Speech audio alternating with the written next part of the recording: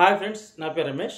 ఈరోజు మన వీడియో ఏంటంటే తెలుగు బిగ్ బాస్ సీజన్ 9కి ఎవరైతే సెలబ్రిటీస్ 9 మంది సెలెక్ట్ అయ్యారో, అలాగే బిగ్ బాస్ అగ్ని పరీక్ష ద్వారా ఎవరైతే కామన్ మ్యాన్గా 6 మంది సెలెక్ట్ అయ్యారో వీళ్ళకి ఎవరికి ఎంత రెమ్యూనరేషన్ ఇస్తున్నారు, ఎవరికి ఎంత డబ్బులు ఇస్తున్నారు, ఈ వీడియోతో మనం తెలుసుకుందాం.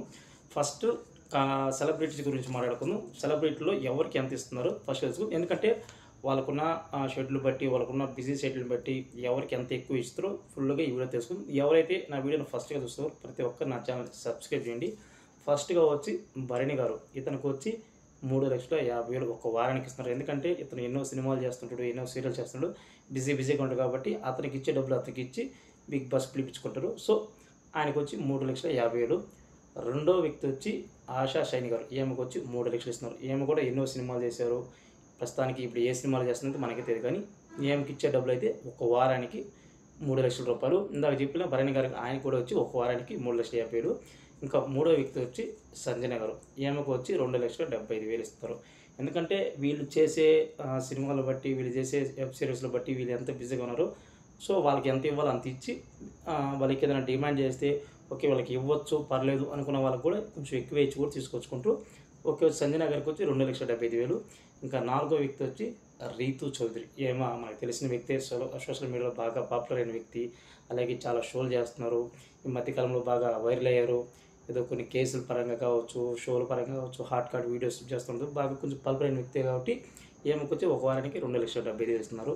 తర్వాత వచ్చి సుమన్ శెట్టి, ఇతనికి వచ్చి 2,50,000. ఇతను ఎన్నో సినిమాలు చేశాడు, దాదాపు 300 సినిమాలు చేశాడు. ఇప్పుడు మన తెలుగులో కూడా ఎన్నో సినిమాలు చేశాడు. నితిన్ పక్కన చేశాడు, అలాగే వచ్చి 7G బృందావన కాలేజ్, చాలా సినిమాలు చేస్తున్నాడు. సో ఇతనుకున్న పాపులర్ని బట్టి 2,50,000 ఇస్తున్నారు. తర్వాత వచ్చి జబర్దస్త్ ఇమానియల్, ఇతనికి వచ్చి 2,25,000. ఇతను కూడా ఎన్నో కామెడీ షో చేస్తుంటాడు. జబర్దస్త్ కానీ రకరకాల జాతిరత్నాలు ఏదో చూస్తూ ఉంటాడు. ప్రతి ఒక్కరి ఇక్కడ ఇతనికి చాలా బిజీగా ఉంటాడు. ఇతనికి కూడా 2,25,000 ఇస్తున్నారు. తర్వాత వచ్చి రాము రాథోడ్, ఇతను ఒక సింగర్ కాబట్టి ఇతనికి ఎంత ఇవ్వాలో అంత ఇస్తున్నారు. ఇతనికి వచ్చి 2 లక్షలు ఒక వారానికి. తర్వాత వచ్చి తనుజ గౌడ్, ఈమెకు వచ్చి 2,50,000. ఈమెకు కూడా 2,50,000 ఇస్తున్నారు. తర్వాత షష్ఠి వర్మ, ఈమె కూడా డ్యాన్స్ కొరియోగ్రాఫర్ కాబట్టి ఈమెకు కూడా వచ్చి 2,50,000 ఇస్తున్నారు. సెలబ్రిటీల్లో ఫస్ట్గా వచ్చి భరణి గారికి 3,50,000. రెండో వ్యక్తి వచ్చి ఆశా షైని గారు 3 లక్షలు. తర్వాత వచ్చి సంజన గారు 2,75,000. తర్వాత వచ్చి రీతి చౌదరి 2,75,000. తర్వాత సుమన్ శెట్టి 2,50,000. తర్వాత వచ్చి ఇమానియల్ జబర్దస్త్ 2,25,000. తర్వాత వచ్చి రాము రాథోడ్ 2 లక్షలు. తర్వాత వచ్చి తనుజ గౌడ్ 2,50,000. తర్వాత షష్ఠి వర్మ 2,50,000. వీళ్ళకందరికీ ఒక వారానికి వచ్చే డబ్బులు ఇంక నెలకు మనం క్యాలిక్యులేట్ చేసుకుంటే ఎంత వస్తుందో మీకు అర్థమైపోద్ది. వీళ్ళకి సెలబ్రిటీస్ 9 మందికి.